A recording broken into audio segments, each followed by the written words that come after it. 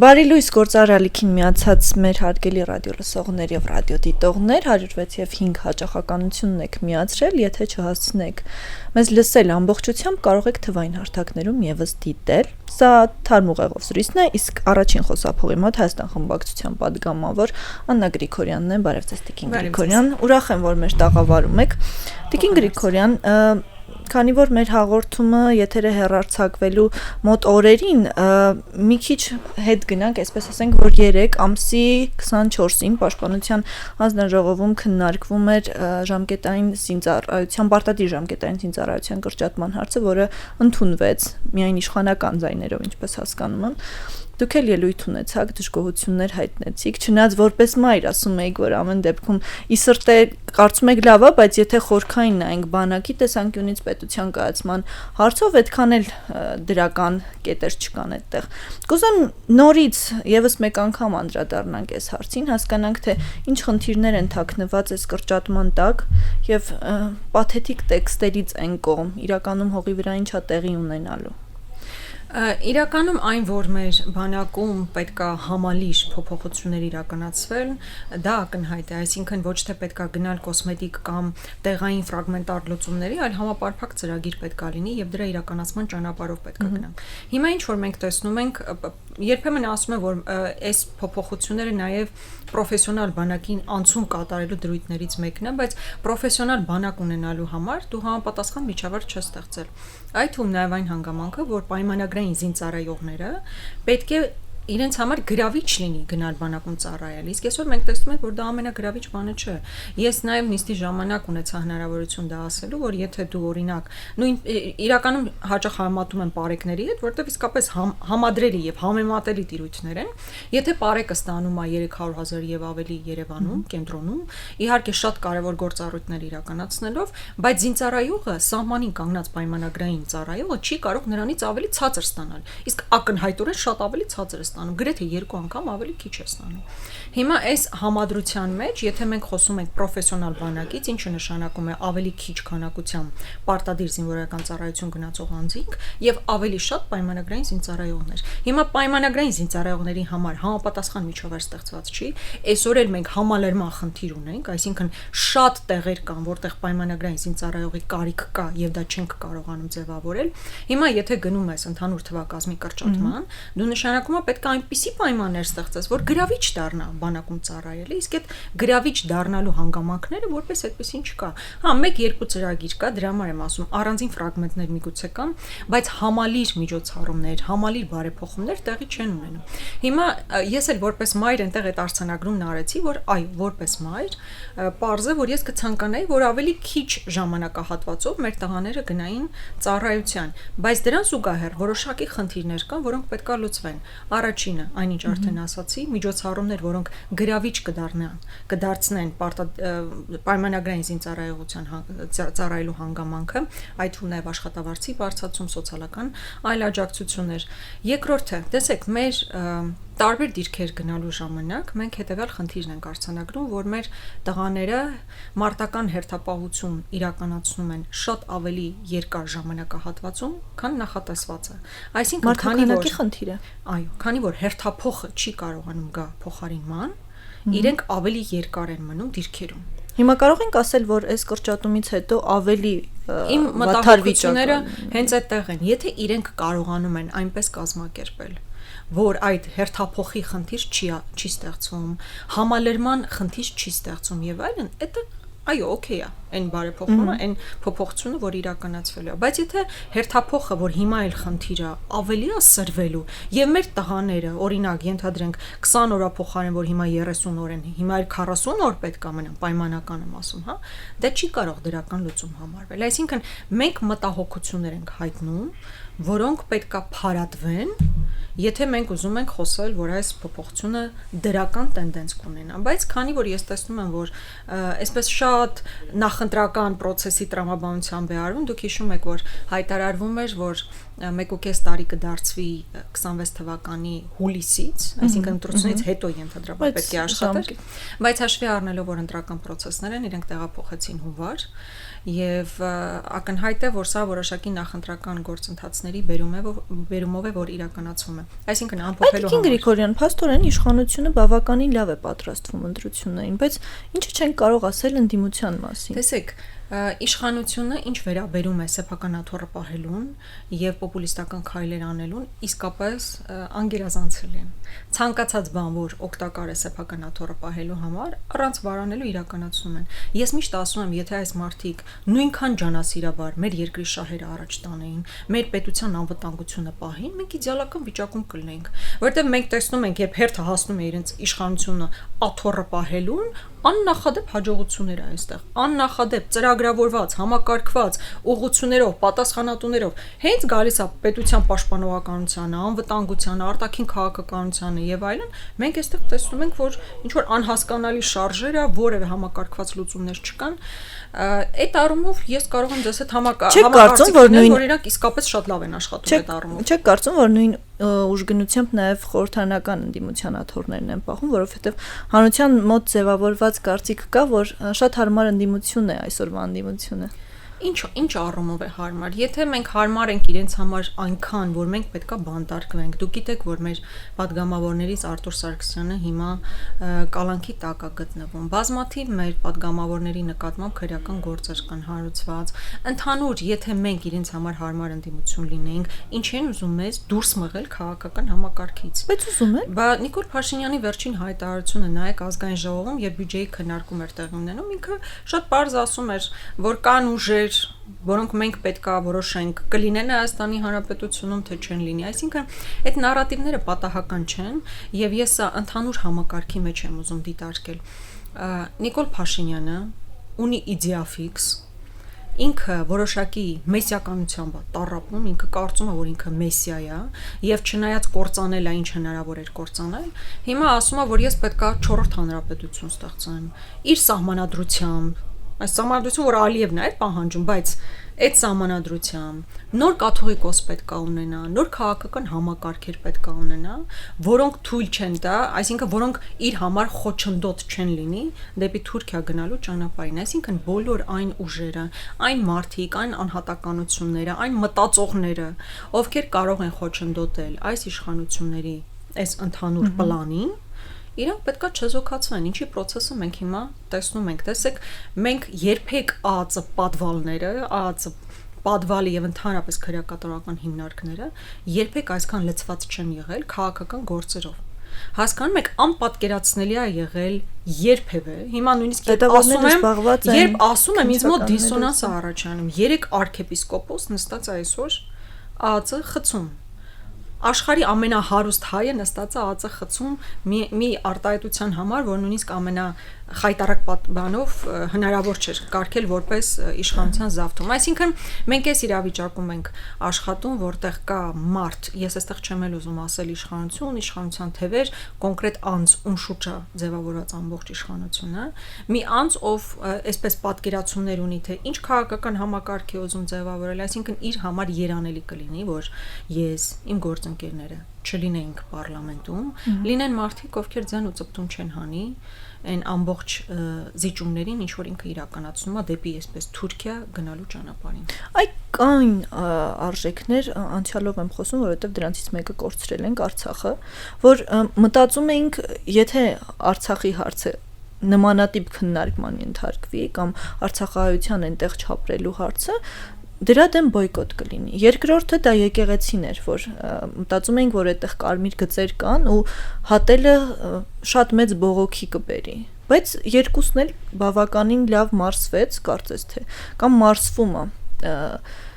Ոնց այդպես ստացվում, Տիկին Գրիգորյան։ Ես վստահ չեմ, որ մարսվում է, որովհետև դրանք հասկանում եք, վախի գործոնը շատ մեծ գործոն է։ Ցանկացած մարդու համար վախը որոշակի զսպում է իրենից ենթադրում, ընդհանրապես վախի գործոնը նշանակում է ազատության սահմանափակում։ Եթե վախի գործոնը չլիներ, ազատ խոսքը, ազատ գործողություններն ավելի հնարավոր կլինեին։ Ազատությունը սահմանափակվում է այս իշխանությունների տարածվող վախի պատճառով, այսինքն մարդ որ տեսնում է, լավ, Սամվել Կարապետյանը ասում է եկեղեցուն ես կպաշտպանեմ մեր ձևով, ինքը հայտնում է բանտում։ Հիմա հասարակ քաղաքացու համար դա ինչ մեսիջ է։ Ինքը ոնց ոչ միայն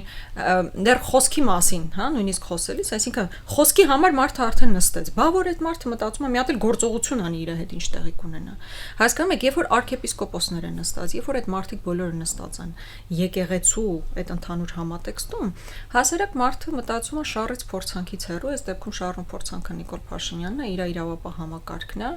հա, հեռու մնա մեծ գործընթացներից։ Ինքը իհարկե ներսում ոչ թե մարսում է այս իրողությունը, իր մոտ այո, ցասումը կուտակվում է։ Ու ես չեմ կարող ասել դա երբ կպայթի։ Ես շատ հուսով եմ, որ 26 թվականի ընտրություններին կպայթի, եւ 26 թվականի մարտը ոչ թե իրան իզոլացված կդնի այս process-ներից, էլի կասի շարժ փորձանքից հեռու մնամ տանը, թող ինչ ուզում են որոշեն, այլ կգնա եւ այդ ցասումը կարտահայտի, ես իսկապես շատ հուսով եմ։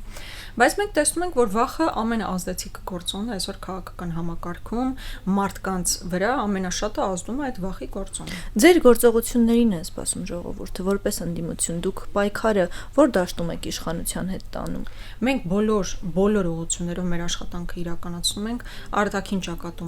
ճակատում ենք իրականացնում, վաղ օրինակ լսումներ են իրականացվելու քաղբանտարկյալների մասով, այսինքն որևէ հարց չկա, որ դուք այսօր ասեք, այս հարցը կա, դուք դրանով չեք զբաղվում։ Մենք դա անում ենք։ Վերջերս մի քննարկման էի, հենց այդ օրը տեղի էր ունենում քաղբանտարկյալների մասով ակցիաներ, ինձ ասում են, բա չեք կարծում, որ իսկապես այնքան էլ բազմամարդ չէր, եթե հաշվի առնենք, թե որքան քաղաքական բանտարկյալներ ունենք, թե ինչ ռեպրեսիոն մեխանիզմ է հիմա Հայաստանի Հանրապետությունում, բայց իմ արձագանքը էլի նույնն է։ Հիմա սովորական մարդու հայացքով նայելիս իսկապես իր համար իր գործողությունները պլանավորելիս ինքը փորձում է հաշվարկել լավ իր գնալով ինչ վնաս է տալու իրան, ինչ օգուտ է տալու ու պարզա չէ որ ինքը ոչ մի օգուտ դրանից չի ստանում, եթե անձնապես հա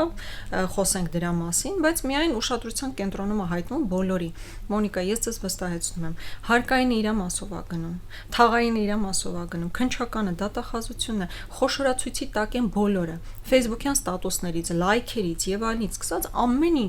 ամեն ինչ ուշադրության կենտրոնում է։ Դուք չեք պատկերացնում ինչքան մարդիկ են ինձ մոտենում, ասում մենք համաձայն ենք ձեր ասացի հետ, չենք կարող լայքել։ Հասկանում եք, տարական լայքը մարդկանց համար խնդիրներ է արդեն ստեղծում։ Երբ որ մի ամբողջ պետական համակարգի Նիկոլ Փաշինյանը Կիմ Չեն Ընի տրամաբանությամբ հավաքում է, համալիրում եւ այսպես իր բանն է, տեսլականներն է, այսպես ասած ներկայացում, մեծ հաշվով պետական ապարատին ասում է, որ մենք պետքա ընտրություններից հետո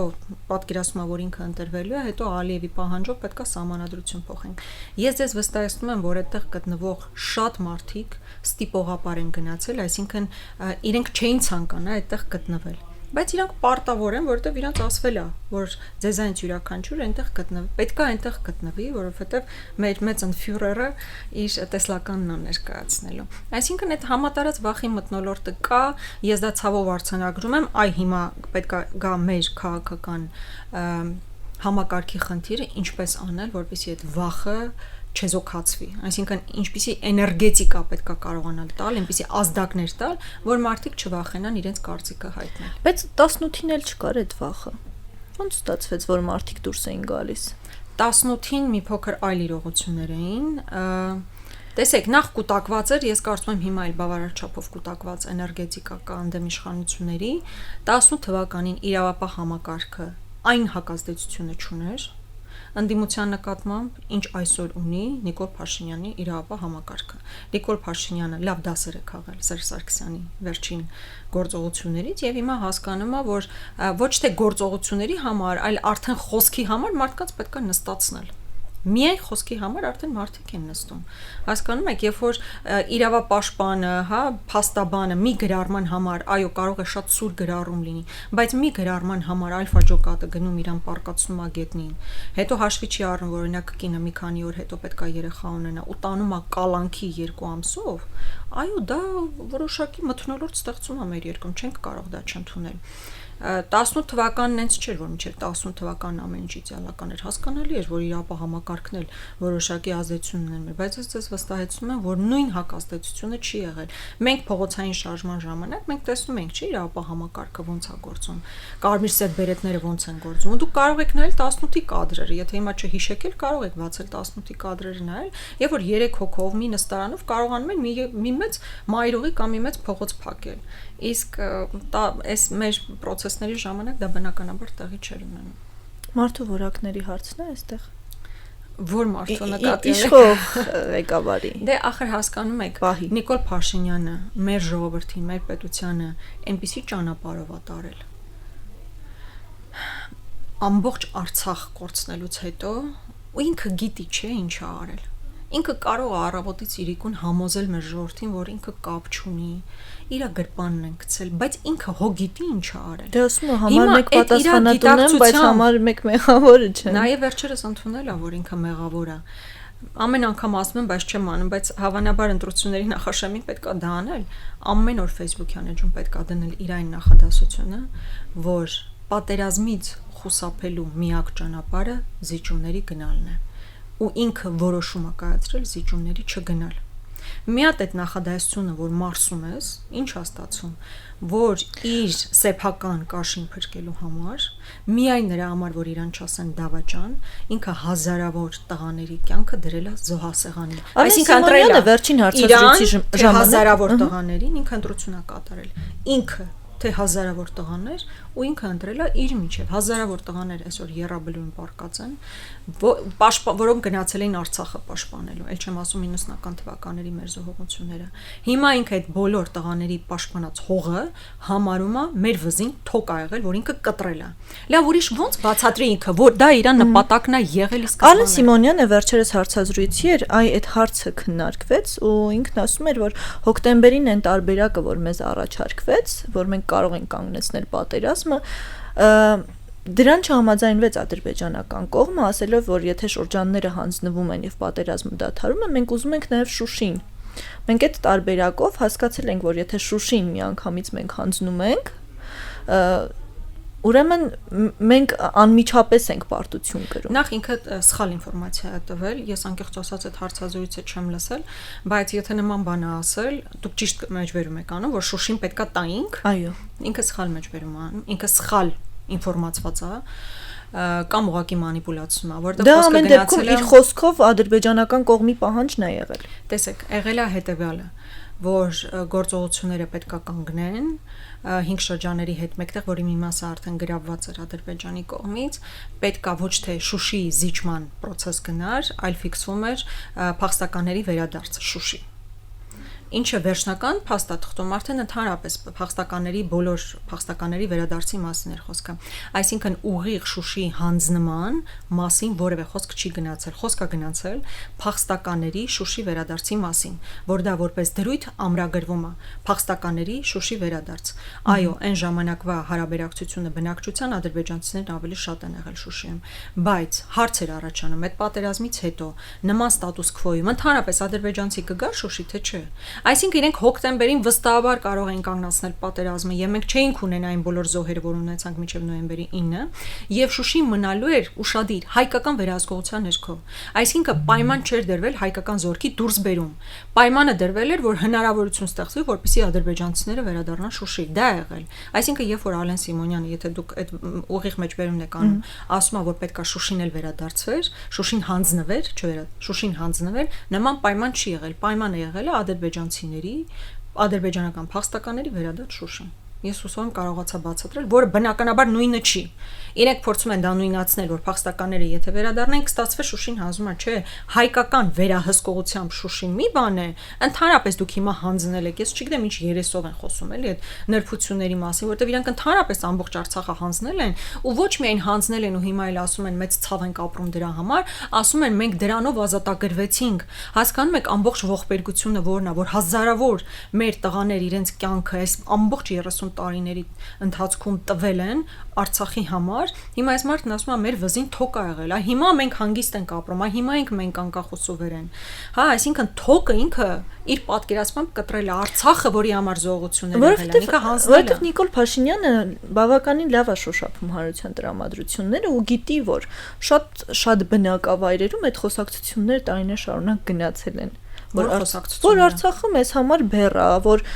մեր տղաները գնում են Արցախում զոհվում են, այդ խոսակցությունները լուր են եղել։ Հիմա բարձրաձայն են գնում։ Կարծում եք հենց այնպես ձևավորվել են, մի ամբողջ քաղաքական համակարգ է դրա համար աշխատել։ Հիմա ինձ լսող մարդիկ, ես շատ հուսով եմ, որ օբյեկտիվ ինքնահայացում կանեն։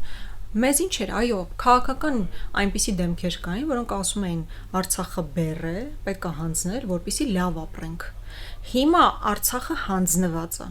Եթե ասում էր, որ բյուջեից Արցախին գումարներ ա գնում, հիմա Արցախին բյուջեից գումար չի գնում։ Մենք ավելի լավ ենք ապրում։ Մեր պետական պարտքը 8 միլիարդով ավելացել է։ 8 միլիարդով Արցախը չկա, 8 միլիարդ պետական պարտքը։ Հիմա էլ ասում են այդ գումարներով արցախցիներին են պահում։ Նախ տասնյակ հազարավոր, 10,000-ից ավել եւ դեռ ավելացող արցախցիներ դուրս են գալիս Հայաստանի Հանրապետությունից եւ մշտապես տեղափոխվում են ապրելու այլ երկրներ։ Այսինքն մենք այս արձանագրումն ունենք։ Հիմա քանի մեր հայրենակիցը այս տարիների ընթացքում կարողացել տուն ձեռք բերի, իսկապես հարմարվի այստեղի կյանքին։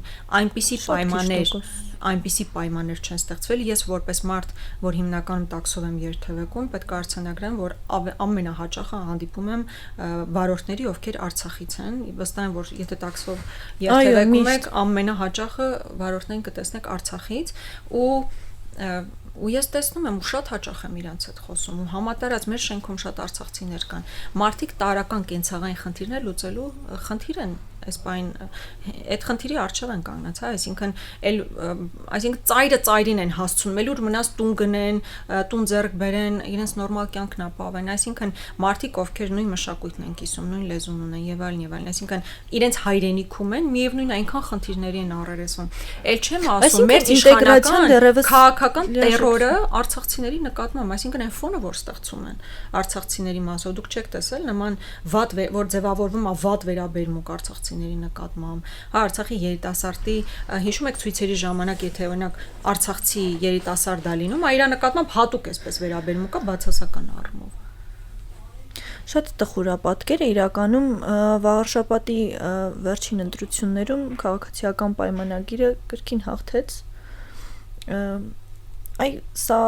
Այս պատկերը ինչ հուշում է մեզ տալիս գալիք ընտրությունների համար համապետական։ Տեսեք, իշխանությունը իհարկե փորձեց վաղարշաբաթի ընտրության բուն արդյունքները ասել, որ հենց այսպես է լինելու նաև 26 թվականի ընտրությունները, բայց սա բան է, սովորական մանիպուլյացիա է, որովհետև վերջին 3 համայնքային ընտրություններից միայն մեկում է հաղթել։ Միայն, այսինքն փառաքարում բացարձակ հաղթանակ էր ընդդիմության կողմից, Գյումրիում ընդդիմության հաղթանակ էր հավաքական առումով եւ միայն վաղարշաբաթում, այն էլ այն պարագայում, երբ ընտրություններից անմիջապես առաջ վարչատարածքային փոփոխություն են իրականացնում ու վաղարշաբաթը խոին միացնելով, իսկ դուք գիտեք, որ Արգիշտի Մեխակյանն այնտեղ համայնքապետ է աշխատել, այսինքն այնտեղ ավելի, աշխատած մարդ է եւ այլն, այդ փոփոխություն իրականացնելով, խայտարակ ադմինիստրատիվ ռեսուրս այնտեղ չարաշահելով եւ այլն արձանագրել են, այո, նման պատկեր արձանագրել են, ասել, որ դա ուղիղ պատկերն է լինելու համապետական ընտրություններն ընդհանրապես տեղին չի, որտեղ ես էլ կարամ ասեմ, փառաքարի տարբերակն է լինելու, Գյումրիի տարբերակն է լինելու, բայց այն, որ ընդդիմությունը այդտեղից կարող է եզրահանգումներ անել, առնվազն 3 եզրահանգում պետք է իրականացնել, որ դուք տեսաք, որ բուն վաղարշաբաթում, այսինքն քաղաքում ընդդիմությանը հաղթանակ է տանում, այսինքն ընդդիմադիր ձայներն ավելի շատ են եւ քաղաքացիական պայմանագիրն ավելի շատ ձայներ ունի գյուղական համայնքներում, հետեւաբար մեզ համար ազդակ պետք է լինի, որ այնտեղ ավելի մեծ աշխատանք ունենք իրականացնելու, այնտեղ ավելի թույլ ենք, հետեւաբար նաեւ այնտեղ պետք է ուժեղացնենք մեր աշխատանքը։ Երկրորդը, որ այն ուժերը, որոնք տեսնում են, որ կարող են, այսինքն սահմանին են անցնելու, չանցնելու, քվեների մասով ավելորդ ամբիցիոզություն չդրսևորեն եւ խոշորանան այն ուժերի շուրջ, որոնք ակնհայտ է, որ անցնելու են, այսինքն շեմը հաղթահարելու են։ Դա եւ բնականաբար շատ ինտենսիվ աշխատել մարդկանց հետ, որոնք եւ ասել, որ անպայման պետք է մասնակցել ընտրություններին։ Յուրաքանչյուր մարդ, որ չի գնալու ընտրության, անուղղակիորեն ձայն է տալիս Նիկոլ Փաշինյանին։ Այսինքն 3 եզրահանգումները, հատկապես գյուղական համայնքներում աշխատանքը, ավելորդ ամբիցիոզության չդրսևորում եւ խոշորացում քաղաքական միավորների եւ նաեւ մարդկանց հետ այնպիսի աշխատանք, որ իրենց կհամոզի, որ պարտադիր է գնալ ընտրություններին։ Վախի մտնոլ։ Հիմա եթե դժվարանում եք խոսալ, մի խոսակ։ Հիմա ատամները կրճտացում եք, բայց չեք կարողանում գրել այնինչ ուզում եք, խոսել այնինչ ուզում եք։ Ձեր միջավայրում խոսելիս հեռախոսը միտեղ հեռու տանում եք հանկարծ, որ պատկերացնելով որ ձեզ կարող է ձայնագրել, օքեյ, բայց ընտրություններին պարտադիր գնացեք եւ ձեր ներքուստ դիրքորոշում արտահայտեք։ Այս վաղաշաբաթի ընտրություններից հետո հանդիպել եմ քննարկումների, որ ասում է, սա ցուցիչ էր, թե եկեղեցու հանդեպ ինչ վերաբերմունք կա նաեւ։ Սրան ինչ արձագանք ունեք առհասարակ, այս ընտրությունները հենց դրա համար էին։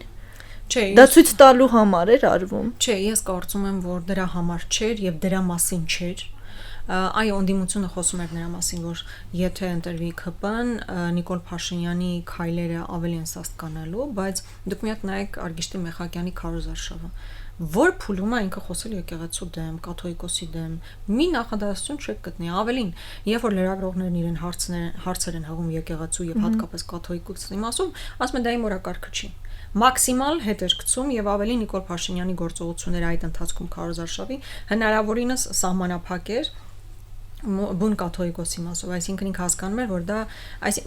չէր պատկերացնում կոնկրետ ինչ ազդեցություն կունենա բացասական առումով, հետեւաբար ավելի զգոն էին։ Այսինքն էջմիածնում ընտրությունները ամենևին էլ Մայրաթորի մասին չէին, ամենևին էլ վստահության քվե կամ հակաքվե չէր Մայրաթորին, համ էլ ի վերջո Մայրաթորը կաթողիկոսը հոիչմիածնեցիներինը չի մենակ, դա մեր ամբողջ ազգինն է, հայ ժողովրդինն է, այսինքն եթե բուն վաղարշապատում այդ ընտրության արդյունքներն դա ամբողջ հայ ժողովրդի բանն է, կարծիքն է։ Չնայած էլի եմ ասում, ընտրությունները հեշտ դրա մասին չէին։ Մենք 26-ին կտեսնենք նաև արդյունքները ինչ են հուշում։ Եվ ընտրությունների մասով, այ որ պարտադիր է գնալ ընտրության, վստահ եք, որ արդար ընտրություններ են լինելու։ Ոչ վստահ չեմ, ավելին համոզված եմ, որ արդար չեն լինելու, որովհետև անարդարությունը սկսվում է այսօրվանից քաղաքական համակարգի վերաձևավորման process-ա տանում հիմա Նիկոլ Փաշինյանը։ Այդ բառը վատ բառ է, բայց ափաշկյար է հայտարարումը, որ ուժեր կան, որ ինքը չի ուզում, որ Հայաստանում լինեն։ Հիմա պարզ է, չէ, որ մեզ համար ինչ որ կուսակցություններ կան, որ կարող է չգրանցեն, ինչ որ կուսակցություններ կան, որոնց հետ կապված մեծագույն խնդիրներ կարող է ստեղծեն։ Եվ այդ ինչ որ քաղաքական ընդդիմադիր դաշտից, հա, այդ մասին է խոսքը։ Ինքը շատ կուզենար, որ իր արբանյակ ուժերը որոշակի ավելի լավ դիրքավորված լինեին, բայց մենք տեսնում ենք, որ արդեն հերթական ընտրությունն է, որ իր արբանյակ ուժերից չեն անցնում, այսինքն մինիմալ շեմը նույնիսկ չեն հաղթահարում։ Այդ առումով ինքը հիմա մեծագույն խնդիր ունի, թե ում կարող է աճացնել այնքան, որ կարողանա քաղաքական դաշտում ինչ-որ դերակատարում ունենա, բայց լավ է, որ գոնե չի ստացվում։ Մենք չենք կարծում, որ արդար ընտրություններ է լինում, բայց հիմա այդ ելակետը վերցնելով դու ինչ եզրակացության ես գալիս, ընդհանրապես վեշերդ հավաքես գնաս ու ասես, թե հիմա էլ չի լինելու, մեկը անարդար է, մեկը չի ստացվելու, թե այդ ելակետի հիման վրա համապատասխան գործողություններ ծրագրես, համապատասխան ծրագիր, այդ road map-ը մշակես։ Կարծում եմ երկրորդ տարբերակով է պետք գնալ, ամբողջ քաղաքական համակարգը պետք է հասկանա, որ 26 թվականի ընտրությունները անկյունակարային ընտրություններ են լինելու եւ այդտեղից հետո մեր ամբողջ պետության կոնցեպտի եւ ճանապարհի ընտրության հարցը լինելու եւ քաղաքացիները չեն կարող անմասն մնալ սրանից եւ քաղաքական համակարգի խնդիրն է դա շատ հստակ ժողովրդին բացատրել որ եթե դու գնաս Նիկոլ Փաշինյանին ձայն տաս հաջորդ տարի քեզ ստիպելու է գնաս ընտրատեղամաս ու Ալիևի պարտադրանց սահմանադրության օրինակ կողմ քվեարկես Հակառակ դեպքում կարող է ինքը ձեզ ասի, որ եթե դա չանեք, ուրեմն պատերազմ է լինելու։ Ինքը մշտապես ձեզ վախացնելու է Ժորժ ջան պատերազմով, որ Նիկոլ Փաշինյանն ընտրվի ակնհայտ է, չէ, որ այսպես կոչված անկլավների հարցը առաջ գալու։ Մարդը արդեն հայտարարում է դրա մասին։ Բացի նրանից, որ ինքը հայտարարել է, որ Ադրբեջանի 86 ու 600-ի մեջ մտնում են այսպես կոչված անկլավները, որ իրավական հիմքը այդպես էլ Ադրբեջանը չի ներկայացրել։ Բայց հիմա քանի որ ինքը խնդիր ունի, որ իրան միշտ ասում ենք դու հանձնում ես, որոշել է մյուս ծայրից գա, ասում այ Արցվաշենը հետ ենք բերում, թե Արցվաշենը հետ բերելու ճանապարհն ինչպես է, գինը որն է, ընդհանրապես դա ճիշտը որն է, հա, այդ սահմանազատման արդյունքում ինչ դիրքավորմամբ գնալն է, այսինքն մարդը պետք է հասկանա, դեռ վերջացած չեն այն բոլոր զիջումները, որ իրականացնում է Նիկոլ Փաշինյանը, եւ մեր պետությունը դարձնում է կցորդ պետություն, հա, նոմինալ առումով մնալ ենք պետություն, բայց կցորդ պետություն Ադրբեջանի։ Հիմա մեր ժողովրդին չբացատրենք, որ գնա ու ասա, որ դու չես ուզում, որ դառնաս կցորդ պետություն։ Հասկացանք, մենք բազմաթիվ զողողությունների գնով ենք անցել, այո, պատերազմ չենք ուզում, խաղաղություն ենք ուզում, բայց ուզում ենք հայկական ազգային պետություն, որտեղ գոնե մենք որոշենք մեր սահմանադրությունը։ Հիմա ինչ ասում Նիկոլ Փաշինյանը, ասում է, այս սահմանադրությունը, որ հիմա կա, ասում է, դա մենք չենք որոշել։ Մեր ուզածով չի, ժողովուրդը չի դա որոշել, ժողովուրդն է դա որոշել։ Դե Սերժ Սարգսյանի 95 թվականին ընդունված սահմանադրությունը, որևէ մեկը ասում է, որ դա ապօրինի սահմանադրություն է, այո, հետո փոփոխությունների մասով կարող ես ասել, մի քիչ սենց է կազմակերպել, մի քիչ նենց է կազմակերպել, բայց ինքը փոփոխությունների հետ կապված խնդիր չունի։ Ինքը խնդիր չունի պարլամենտական համակարգի հետ։ Ինքը ասում է, պետք է պարլամենտական համակարգը մնա։ Միակ խնդիրը, որ ինքը տեսնում է, այն խնդիրն է, որ Ադրբեջանն է տեսնում։ Այն է անկախության հռչակագրից այդ հռչակագրին հղումը նախաբանից հանելու ու մարդկանց պետքա շատ հանգիստ ոչ թե վախացնելով այլ ուղղակի բոլորս պետքա հասկանանք մենք հələ ապրում մեր երեխաները ինչպիսի պետությունում են ապրելու ամբողջ աշխարհից հայերը ես շատ օրինակ ընկերներ ունեմ Հայաստանից ժամանակին գնացել են բայց այն միջավայրը, որտեղ իրենց երեխաները մեծացել են, իրենց դուր չի եկել, ասում են մենք վերադառնում ենք, որպեսզի մեր երեխաները ազգային պետությունում սովորեն, մեր մշակույթը ունենան, հա, ազգային արժեքներ, հիշողություն, ինքնություն, դրա կրողը լինեն։ Հիմա ստացվում է մենք մեր երկրում ապրելու ենք ոչ այդ միջավայրում, մենք այդ դիսկոմֆորտն ենք ունենալու։